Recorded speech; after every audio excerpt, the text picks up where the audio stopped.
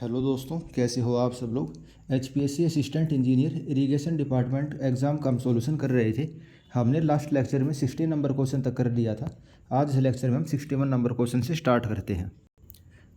आपको अगर आवाज़ कम लग रही है तो आप वॉल्यूम इंक्रीज़ कर सकते हैं और आप स्पीड भी इंक्रीज़ कर सकते हैं। बाकी हम डिटेल सॉल्यूशन देख रहे हैं, इस वजह से थोड़ा इसको हम पार्ट्स के अंदर कर रहे हैं, थोड़ा टाइम ज़्यादा लग रहा है।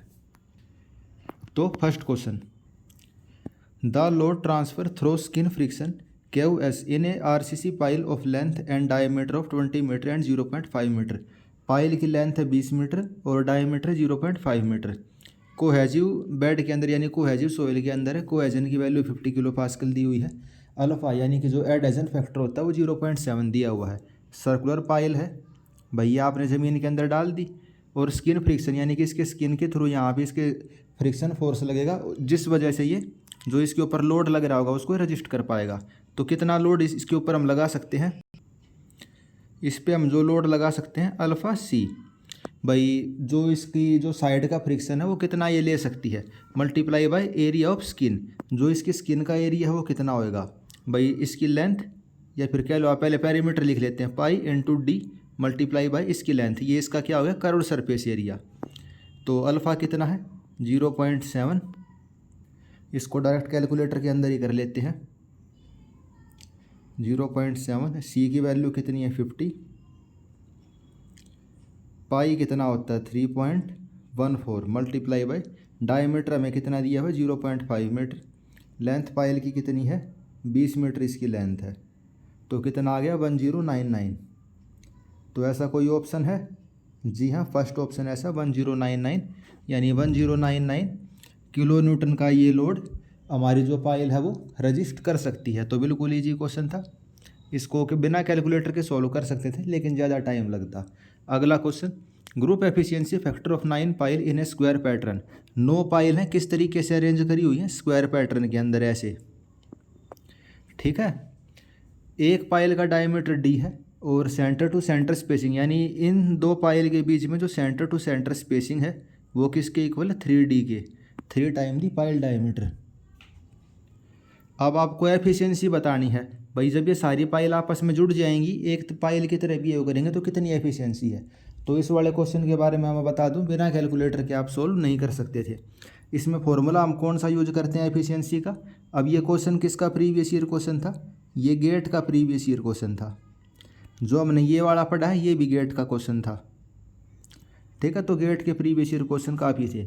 एफिशिएंसी का फॉर्मूला क्या होता है, 1 minus theta divide by 90 M N minus 1 plus N M minus 1 divide by M into N. अब इसके अंदर ये एम और एन क्या है, एम हो गया भाई नंबर ऑफ रोज और एन हो गई नंबर ऑफ कॉलम।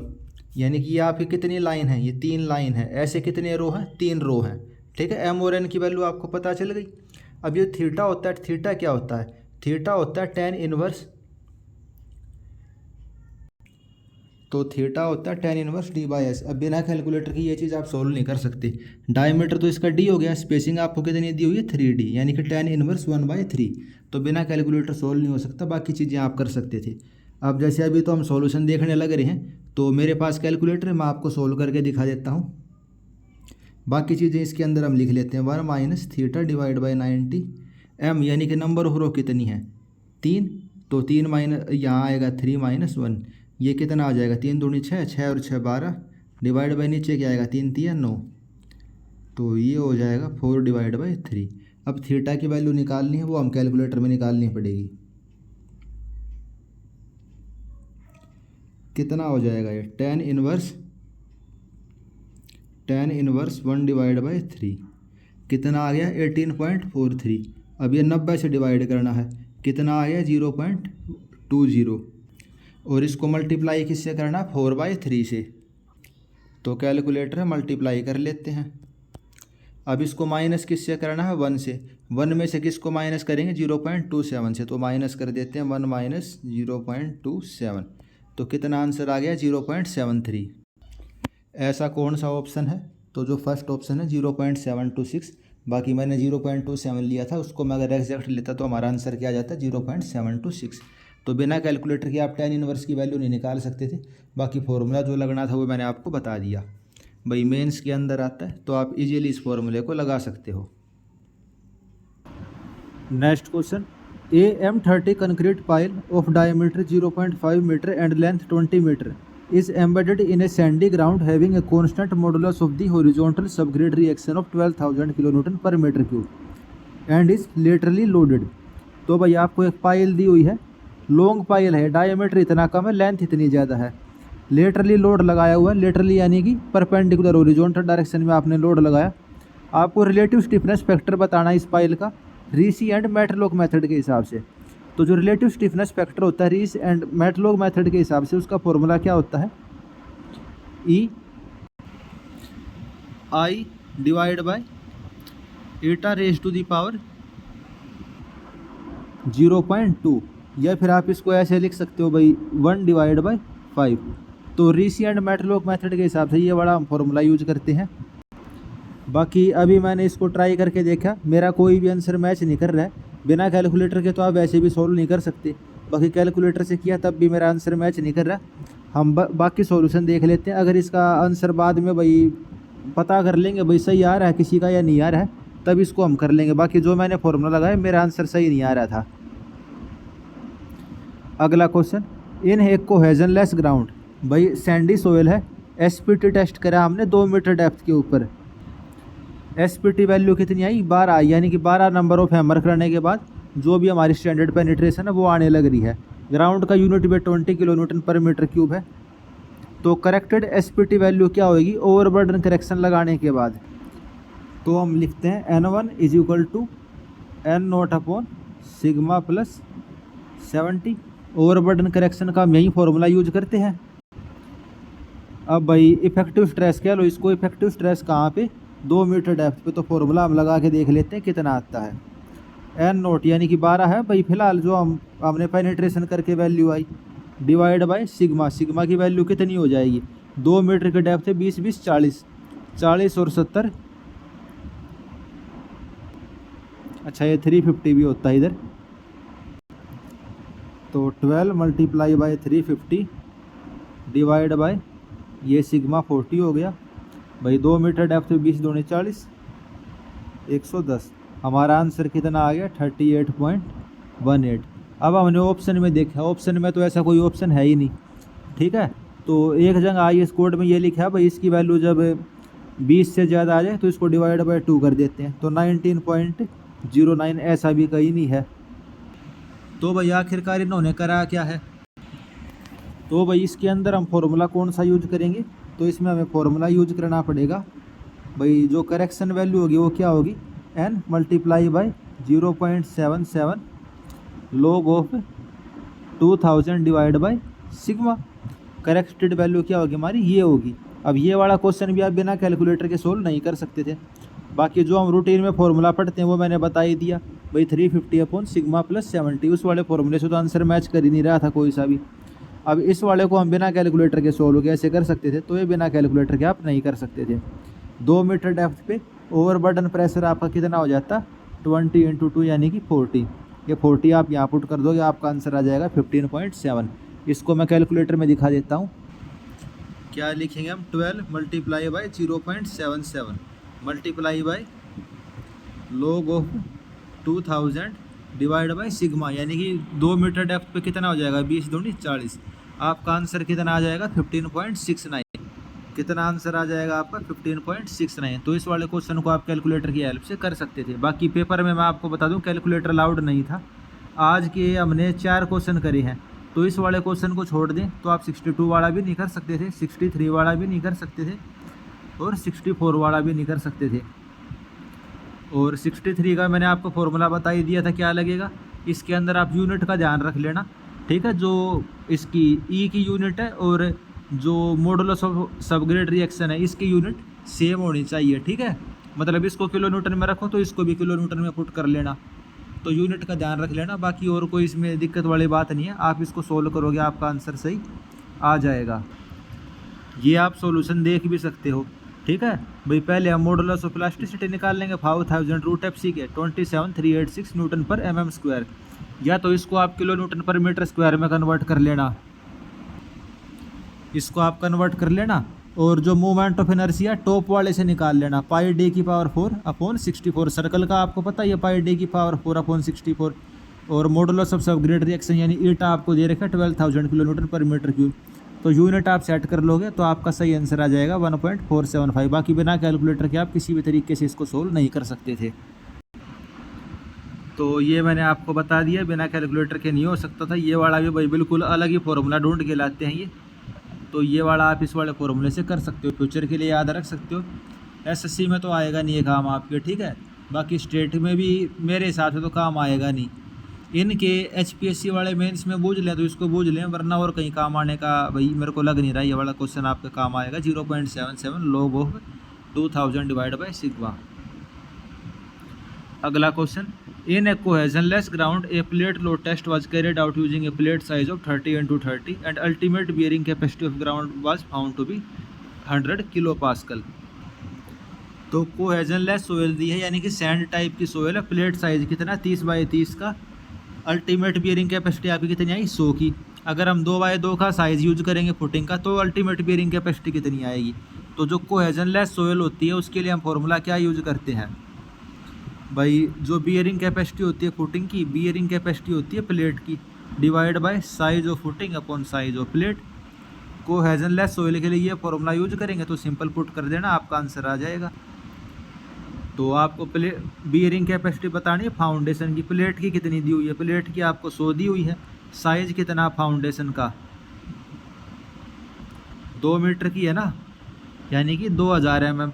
और प्लेट कितने की है, प्लेट है 30 सेंटीमीटर, यानी कि 300 mm कह लो, 30 वो सेंटीमीटर कह लो। 0 से 0 कट गई, ये कितना आ गया 6.66। 100 को इससे मल्टीप्लाई करोगे तो ये कितना आ जाएगा 666.6। तो इजी क्वेश्चन था ये, तो हम बिना कैलकुलेटर के सोल्व कर सकते थे। ये किसके लिए, कोहेजनलेस यानी सैंडी सोयल के लिए। अगर क्लेई सोयल होती तो क्या होता, क्लेई सोयल होती तो हमारा आंसर क्या आ जाता 100 किलो पास्कल। उसमें वैल्यू चेंज नहीं होती क्लेई सोयल में। अगला question, coefficient of volume compressibility MV and coefficient of permeability K of a saturated clay soil are dash and dash, यानी आपको दे रखी है coefficient of volume compressibility and coefficient of permeability. Coefficient of consolidation बताना है metre square पर second में। तो फॉर्मूला आपको पता है कोफिशिएंट ऑफ परमिएबिलिटी क्या होती है, कोफिशिएंट ऑफ ये consolidation multiply by coefficient of volume compressibility multiply by gamma W. आपको CV बूझ जा तो कितना होगा, कोफिशिएंट ऑफ परमिएबिलिटी कितनी दे रखी है आपको 10⁻⁻8 डिवाइड बाय MV कितनी दी हुई है, वॉल्यूम कंप्रेसिबिलिटी दी हुई है 3 × 10⁻3। गामा डब्ल्यू यूनिट वेट कितना होता है वाटर का 1000 kg।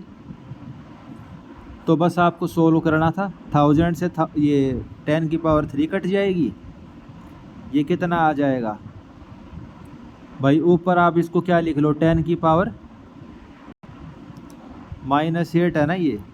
तो इसकी एक बार अपने को यूनिट देखनी पड़ेगी, क्या क्या दे रखी है।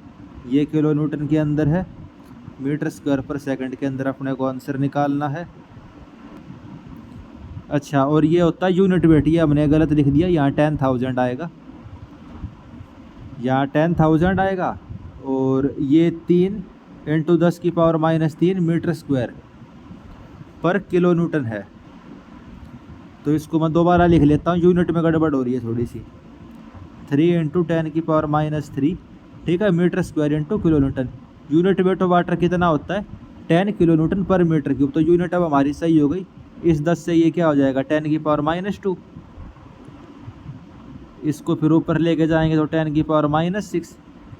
यहाँ एक 10 एक्स्ट्रा जोड़ दो तो 10 × 10⁻⁷/3। तो ये कितना आ जाएगा 3.33 × 10⁻⁻7। First option will be correct, 66 का ए ऑप्शन। तो बिना कैलकुलेटर के सोल्व करने में दिक्कत आती है आपको, बाकी थोड़ा टाइम लगा के सोल्व आप कर सकते थे। अगला question, flow velocity of water flowing through the saturated soil mass will remain laminar if its Reynolds number is.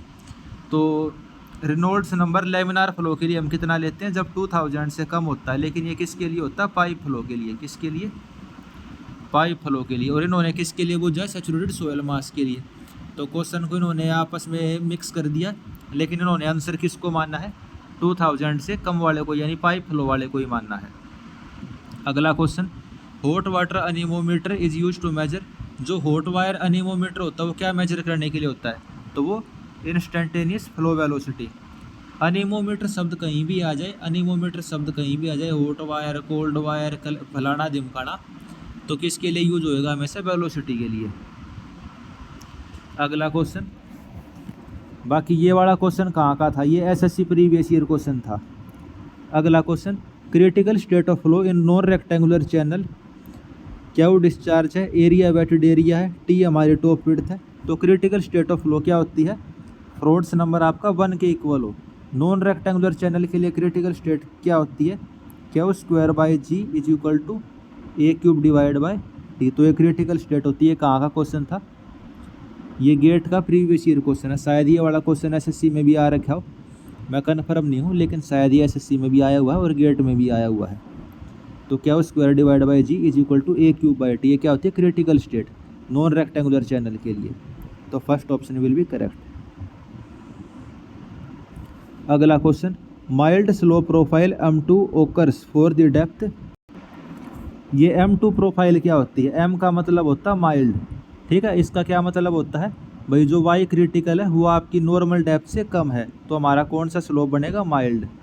तो इसका डायग्राम बनाएंगे तो कैसा बनेगा, तो ये तो हो गया आपका चैनल का बेड,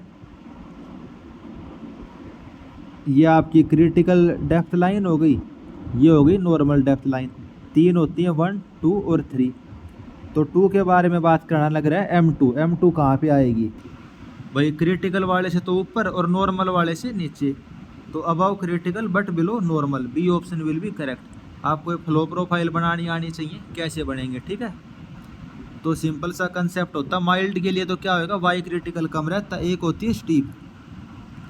स्टीप में क्या रहेगा, वाई क्रिटिकल जब नॉर्मल वाले से ज़्यादा हो तो स्टीप बनेगा, और 1, 2, 3 ऐसे ही बनेगी। 1 के अंदर राइज करता है, 2 के अंदर फॉल करेगा और 3 के अंदर भी राइज करेगा। तो ये चीज़ याद रख लेना, और इसमें ज़्यादा बताने का नहीं है। अगला क्वेश्चन 71 नंबर क्वेश्चन, वाटर एक पाइप के अंदर फ्लो करने लग रहा है जहाँ पे एक नोजल फिट कर रखे है हमने। तो नोजल का डायमीटर 100 mm है, head of water at the centre of the nozzle is 100 metre. Nozzle यानी कि ये भाई पाइप है, ऐसे लगा रखे जैसे पिचकारी टाइप से हो गई, पानी इसमें से फ्लो करके ऐसे निकलेगा और एक प्लेट से टकरा जाएगा।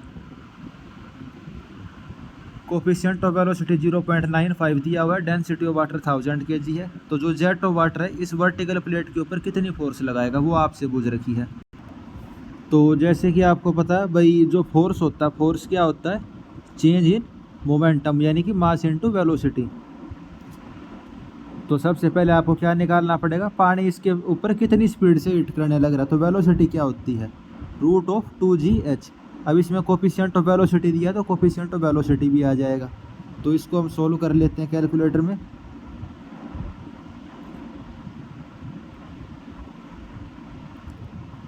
√2gh मल्टीप्लाई बाय 0.95 यानी कि 42.07। वेलोसिटी आ गई आपकी 42.07 मीटर पर सेकंड। वेलोसिटी का फॉर्मूला तो आपको पता ही था, √2gh होता है। फोर्स क्या होती है, फोर्स होती है चेंज इन मोमेंटम, यानी कि मोमेंटम क्या होता है, मास इनटू वेलोसिटी। भाई वेलोसिटी तो इसकी फाइनल में 0 हो ही गई, तो इनिशियल जो मोमेंटम था वही होएगा। तो वजन मास किसके बराबर होता है, तो मास इनटू वेलोसिटी। जो मास होएगा वो किसके बराबर होएगा, density into discharge into volume, वो वेलोसिटी। डिस्चार्ज किसके बराबर होता है, एरिया इनटू वेलोसिटी के मल्टीप्लाई बाय वेलोसिटी। तो फोर्स कितना आ जाएगा, ρ(a)v²। रो इसकी डेंसिटी है, ए इसका एरिया है। तो इसको भी कैलकुलेटर में कर लेते हैं, बिना कैलकुलेटर के आप इसको सोल्व नहीं कर सकते थे। तो इसका हम स्क्वायर कर लेते हैं, मल्टीप्लाई बाय डेंसिटी कितनी दी हुई थी, 1000। डेंसिटी आपको कितनी दी हुई थी, 1000। मैंने वेलोसिटी का स्क्वायर कर लिया, मल्टीप्लाई बाय 1000।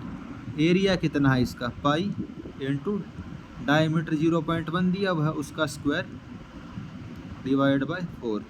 तो कितना आ गया, 13907। तो ऐसा कोई ऑप्शन दे रखा है, जी हाँ दे रखा है 13907। अब वही बात है, लेकिन क्या बोलते हैं इसको, बिना कैलकुलेटर के आप भाई सोल्व कैसे करते। तो तो इस क्वेश्चन को सोल्व करने के लिए आपके पास कैलकुलेटर होना चाहिए। तो आज तो हमने जितने क्वेश्चन देखे हैं सब आप बिना कैलकुलेटर के तो कर ही नहीं सकते थे,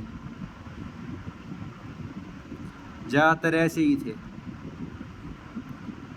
अगला question, elementary profile of a gravity dam is, तो राइट एंगल ट्रायंगल बनता है एलिमेंट्री प्रोफाइल ग्रेविटी डैम की। ये क्या होती है भाई, ये आपका ग्रेविटी डैम है, यहाँ पे पानी भरा हुआ है, तो यहाँ पे जो फोर्स बनेगी मतलब हाइड्रोस्टैटिक फोर्स का जो डायग्राम बनेगा एलिमेंट्री प्रोफाइल उसकी क्या बनेगी, ट्रायंगल शेप की बनती है। अगला क्वेश्चन, लॉस ऑफ एनर्जी क्या होता है हाइड्रोलिक जंप में, तो लॉस इन एनर्जी क्या होता है, y2 माइनस y1 कह लो या y1 minus y2 divide by cube upon 4 y1 y2। तो y1 आपको दिया हुआ है 0.25 और y2 दिया हुआ है 1 मीटर। फॉर्मूले में आप पुट करोगे आपका आंसर आ जाएगा। तो बिना कैलकुलेटर के ये सोल्व हो सकता था, लेकिन थोड़ा डिफिकल्ट था सोल्व करना इसको, लेकिन होने वाला क्वेश्चन था।